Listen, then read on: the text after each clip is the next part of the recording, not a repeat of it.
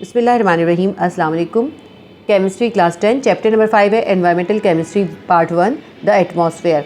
आज हम इसके टेस्ट योरसेल्फ करेंगे। क्वेश्चन नंबर 1 है व्हाट इज़ एटमॉस्फेयर। एटमॉस्फेयर क्या है। आपकी बुक में पेज नंबर 74 पे इसका आंसर है। पूरा पैराग्राफ लिखेंगे। The earth is surrounded by a layer of gases called the atmosphere. हमारी अर्थ जो है वो गैसेस की लेयर से सराउंडेड है जो कहलाती हैं atmosphere. The atmosphere protect earth like a big blanket of insulation.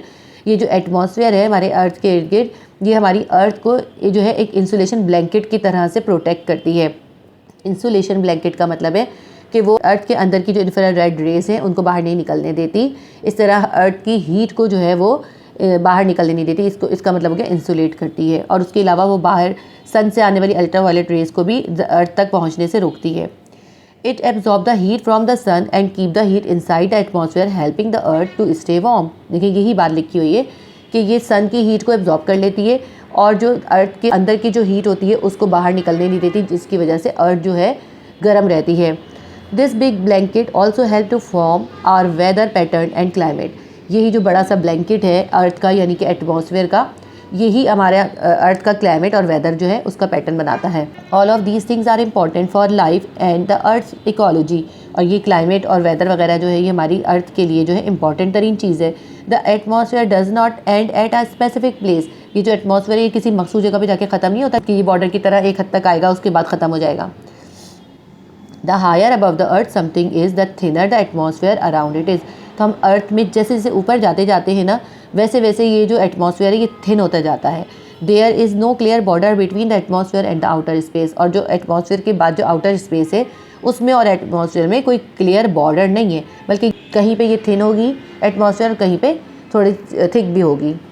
तो यहाँ तक इसका आंसर आपका कंप्लीट हो गया। Second question is from which gases are atmosphere is made up of. जो हमारी एटमॉस्फेयर है वो कौन सी गैसेज से मिलकर बनी है। इसका आंसर भी इसी पेज नंबर 74 पे आपकी बुक में मौजूद है। कॉम्पोजिशन ऑफ एटमॉस्फेयर, तो हम यहाँ से लिखेंगे the atmosphere is the air that plants and animal breathe to survive. Atmosphere असल में वो एयर है जिसको एनिमल और प्लांट या ह्यूमन भी जो है जिसके अंदर ब्रीथ करते हैं और ज़िंदा रहते हैं। It is made up of nitrogen 78.09%, oxygen 20.95%। तो इसमें सबसे ज़्यादा जो क्वांटिटी में होती है नाइट्रोजन गैस जो है 78% और ऑक्सीजन गैस है वो है 20.95%। With small amount of argon 0.93%। और इसमें सबसे कम अमाउंट में जो होती है आर्गन गैस होती है वो होती है 0.93%। Carbon dioxide 0.03%, water vapours and other gases. उसके अलावा कार्बन डाइऑक्साइड 0.03% होती है और उसके अलावा दूसरी गैसेस और वाटर वेपर्स भी होते हैं। There are lots of other gases like neon, helium, hydrogen that are part of atmosphere. उसके अलावा दूसरी और गैसेस भी हैं जैसे नियॉन हो गई, हीलियम, हाइड्रोजन, ये सब भी हैं एटमॉस्फेयर का पार्ट हैं, but in much smaller amount, मगर ये कम अमाउंट में हैं। Solid particulate include ash, dust, volcanic ash are also small part of atmosphere. उसके अलावा सॉलिड पार्टिकल्स हो गए, ऐश, डस्ट, वोल्केनिक ऐश वगैरह, ये सब भी हमारी एटमॉस्फेयर का पार्ट हैं। यहाँ तक हम इसको फिनिश करेंगे। ये हमारा आंसर कंप्लीट हो गया। क्वेश्चन नंबर 3 है how would you differentiate between stratosphere and troposphere. आप स्ट्रेटोस्फेयर और ट्रोपोस्फेयर में कैसे डिफरेंशिएट करेंगे।